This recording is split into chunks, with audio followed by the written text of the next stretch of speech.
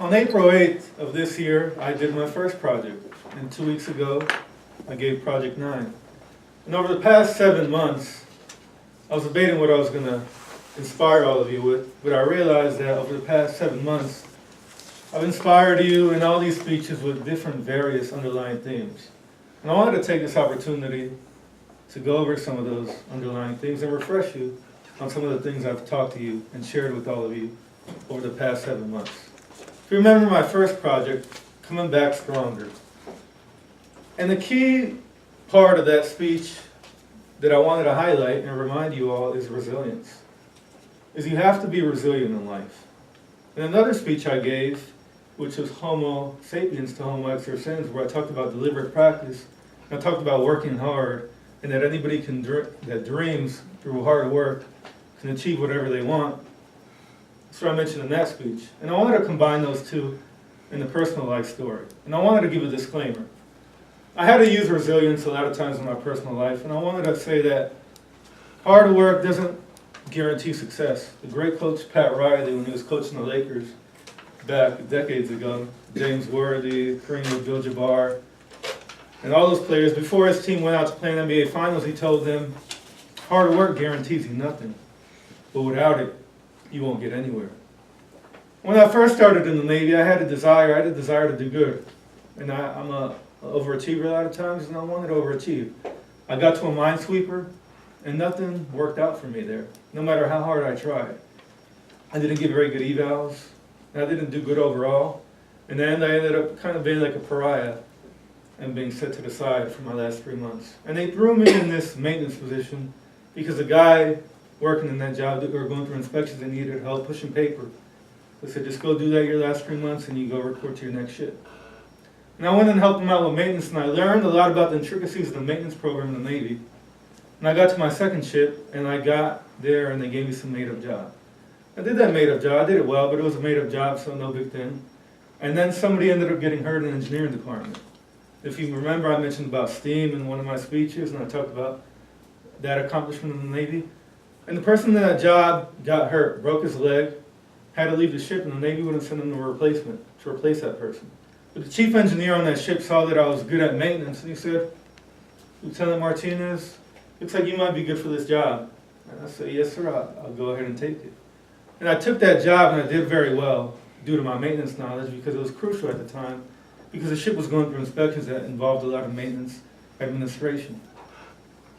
And through that good performance there, I was able to rebound, be resilient, and end up becoming an MPS. The reason I mentioned hard work guarantees you nothing is because luck does play a part in life. And I like to say that luck is where opportunity meets preparation. Everybody gets lucky situations in life, and we can say, yeah, he was lucky, that person was lucky. But everybody has to work hard to get to where they're at. And it's about your preparation and turning that into an opportunity. That's the key part. And I got lucky there. Somebody got hurt. I got the right breaks going for me. I ended up getting more time in the Navy, and I got lucky. But I had some preparation beforehand, and I was able to turn that into an opportunity. Second speech I gave was 23 Days in July, where I talked about the Tour de France and cycling. And I gave that speech on the eve of a cycling trip I took with the Foundation Cycling Club, where we went to San Francisco and we cycled 130 miles over 7 hours. Went over a lot of hills over those 7 hours. And those hills, a lot of them were excruciating, and you would clench your teeth just to push your mind over the matter concept. And the lactic acid would build up in your legs. But as I was going up a lot of those hills, I realized that those hills represent the peaks and valleys in life. And you should never give up and never quit, because those hills don't last forever. And eventually, to every hill, there's a peak, and at the backside of that hill, there's a descent. And it feels very rewarding when you finally make it up to the top of that hill. So we all go through peaks and valleys, and as our last speaker said, persevere and don't give up. I also gave a speech about drive your life like the ultimate driving machine. And one of the motivations for that speech was a talk that a sports psychologist gave. And he talked about, he used that, identify, stop, and replace. He used that to teach mental conditioning to top-level athletes.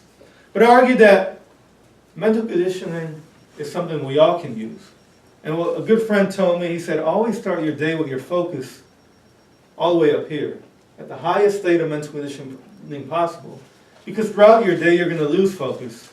And your focus is going to start dropping all the way to down here, down here. But there's going to be times throughout your day where you need to come back to a high level of mental focus because you're going to deal with challenging situations. And if you start with your mental focus all the way down here, it's going to drop to down here. And it's much harder to get from here all the way to up here than it is if you start from here, you drop down to here. It's much easier to get from here to here than it is from down here all the way to up here. So start your day with the highest level of mental conditioning and mental focus possible. And that's what I was trying to highlight with that speech: identify, stop, and replace. I gave a speech about preparing for the autumn season. And I talked about long-term care, and I talked about the situation my grandmother went through and how she was worried how she was going to pay for it. And the key underlying theme about that speech is what we can do for others, and not just things that we can do for ourselves. How we can help others, whether that be a charitable organization, or as I was talking in that situation, how I can help my mom and deal with the possible long-term care situation that she might need 20 to 30 years from now. And I also did another speech, Homo sapiens to Homo exercens Part 2, where I did that PowerPoint with my grocery shopping, if you remember, where I talked about how I saved on the grocery shopping. Well, key thing that motivated with that was I ended up getting a quote for the long-term care, and the lowest price policy was about $1,700 a year. Now, a lot of people will say, yeah, that's a lot of money. There's no way I'll ever pay for that. I'll just rely, I guess, on the government, or they'll just put their hands up and say, I don't know what I'm going to do. But before we do that, how about we analyze the situation, and before we say we can't do something, how about we look and see, like in that example, I went and broke down my budget, and I looked at my budget, and if you see what I did on grocery spending was like in a month I saved like over $100 on grocery spending, but the total over 12 months, if I continue along that trend, was that I was going to save about $1,700 on grocery spending in a year if I continued on that trend, which can help pay for that long-term care insurance. And it was all through not really changing my eating habits a little bit, but it was all about being a smarter shopper, not going to the grocery store as much, knowing where to shop, knowing how to catch the deals. And it was doing that, and I was able to save, to be able to pay for that long-term care and maybe do something for my mom, who's done so much for me. I mean, it's the reason I'm here before you today and I exist in this world. So bottom line is think about what you can do for others, and not just always think selfishly all the time. And that doesn't have to be, I mean, maybe you don't have parents, but maybe there's a charitable organization or something like that, a bigger cause than yourself. I did my speeches about dancing. I did 2 speeches. I did the origins of salsa, and I did, 2 weeks ago, I did a speech on dance, dance, dance. Now, if I didn't convince you to dance, dance, dance, hopefully an underlying theme that I convinced you and that I've had to use a lot studying physics here is appreciation is understanding. And the guy told me that I went in there in the summer, I went to Arizona, and I went to a dance conference. And bachata, which I told you 2 weeks ago is my favorite dance, at first I didn't like it at all. And I talk to a lot of people all the time and they'll say, I don't like bachata. And what I realized is appreciation is understanding. I went to this seminar and the guy taught me all the 5 instruments of bachata. He taught me the rhythmic patterns of the music. He taught me the history of it. And once I understood that, I gained an appreciation for it. It became my favorite dance. It became the most enjoyable dance to dance.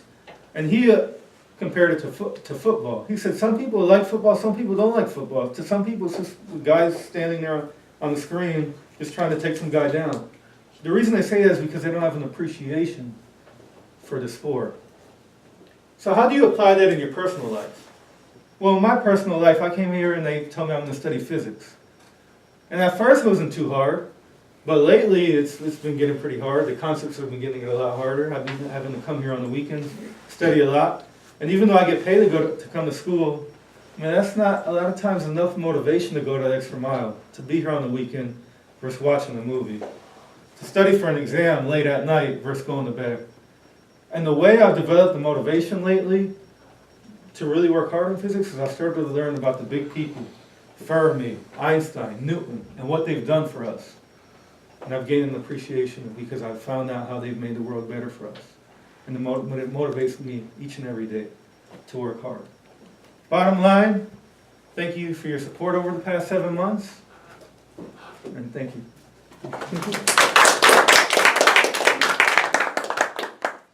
The number 10, or one of the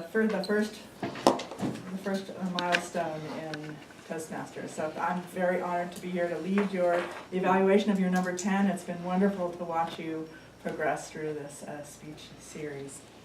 I will read the objectives of the speech, and then I will go around the room. You'll have no more than 30 seconds, and I will ask you to provide him either something of praise, some detail, or some area where he can improve, and to not repeat anything that anybody else has said. That's the big challenge. Although there's not as many people here today, so you can do it. The objectives of the number 10 speech were to inspire the audience by appealing to noble motives and challenging your audience to achieve higher levels of beliefs or achievement.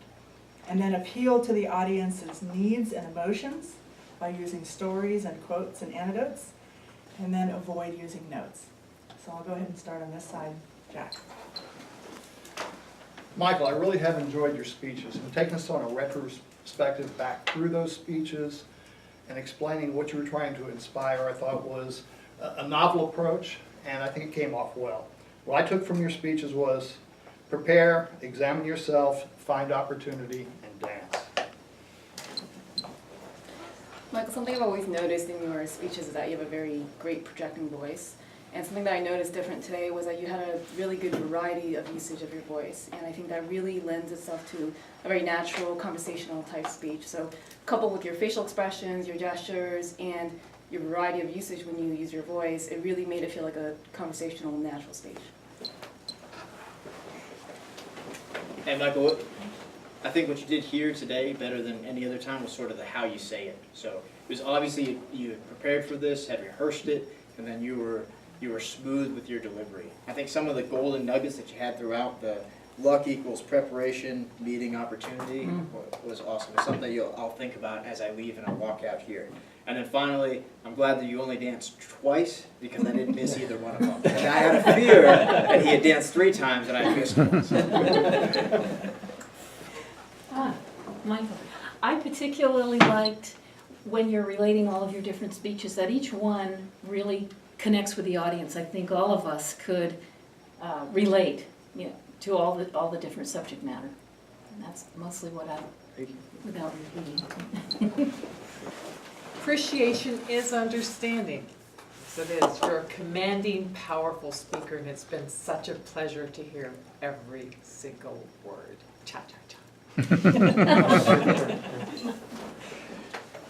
Michael, you flowed very well. You got your points across. It was a pleasure listening to all that you had to say and the many lessons that you tried to impart to us during the course of your time here so far at Toastmasters. If I would do anything different, I would limit the number of points I wanted to get across to 3. You had 7 or 8, and I can't remember them all right now. If you had 3, I can normally count to 3. So that's what I would suggest to improve it even more the next time. But congratulations on completing your CC manual on a great number 10 speech. Thank you all. This is one of my favorite parts about Toastmasters is to hear from everybody during the speech. And I'll provide a little bit of my own evaluation. So you chose a narrative style for this number 10 speech, which was interesting because normally we don't do that. I think that is a common thing to do sometimes for a number 10, and it's sort of like you walk down a road, and it provides a very nice and conversational tone. But I agree with Carl and Arnie that I had trouble with the messaging as well, and so I started writing down what's the main message. And the first thing was I thought, what is inspiration? That's the question. But then you got halfway through and you said the bottom line is what you can do for others.